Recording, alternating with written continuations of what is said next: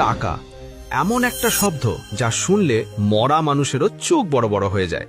আর যদি শোনা যায় শুয়ে বসে টাকা কামানোর কোনো রাস্তা আছে, তাহলে তো কথাই নেই। আচ্ছা, আপনাকে যদি প্রশ্ন করি শেয়ার বাজার আসলে কি, একদল বলবেন ভাই ওটা তো একটা জুয়ার আড্ডা, গেলেই ফতুর।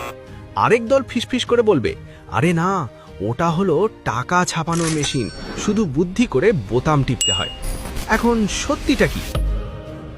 কুদ্দুস মিয়ার মতো সব হারিয়ে রাস্তায় বসা, নাকি ওয়ারেন বাফেটের মতো হাজার কোটি টাকার মালিক হওয়া? আজকের ভিডিওতে আমরা শেয়ার বাজারের পেটের নাড়ি ভুড়ি সব বের করে ফেলব। আপনি যদি মনে করেন শেয়ার বাজার মানেই হলো লটারি, তাহলে আগামী কয়েকটি মিনিট আপনার জীবনের মোড় ঘুরিয়ে দিতে পারে। তাই পপকর্ন হাতে নিন আর নড়ে চড়ে বসুন, কারণ আজ আমরা শেয়ার বাজারের A to Z এমনভাবে শিখব যা আপনার দাদিমাও বুঝবে। আচ্ছা, গল্পের শুরুতে আমাদের বন্ধু মফিজের সাথে পরিচয় করিয়ে দিই। মফিজ একদিন চায়ের দোকানে শুনল তার পাড়ার বড় ভাই শেয়ার বাজারে 1 লাখ টাকা খাটিয়ে 3 দিনেই সেটা 2 লাখ করে ফেলেছে। মফিজের তো মাথায় তখন টাকার নেশা।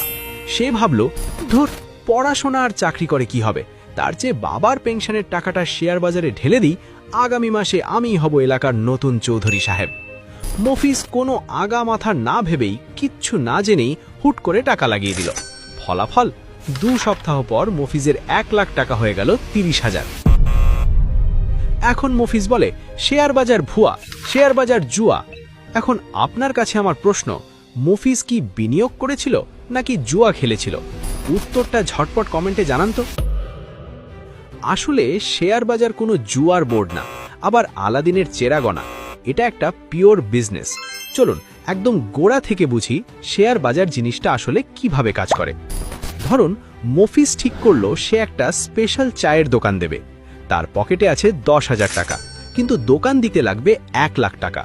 মফিজ তখন তার 9 জন বন্ধুকে বলল, দোস্ত, তোরা আমাকে 10,000 করে টাকা দে, তাহলে আমরা মোট 10 জন মিলে দোকানটা শুরু করতে পারবো।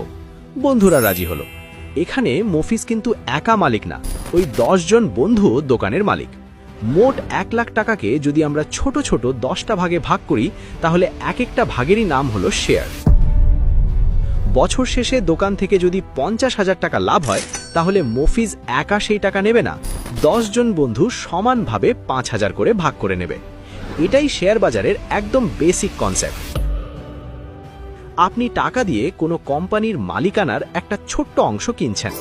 এখন প্রশ্ন হলো, বড় বড় কোম্পানিগুলো শেয়ার বাজারে আসে কেন? ধরুন মফিজের চায়ের দোকান খুব হিট হয়ে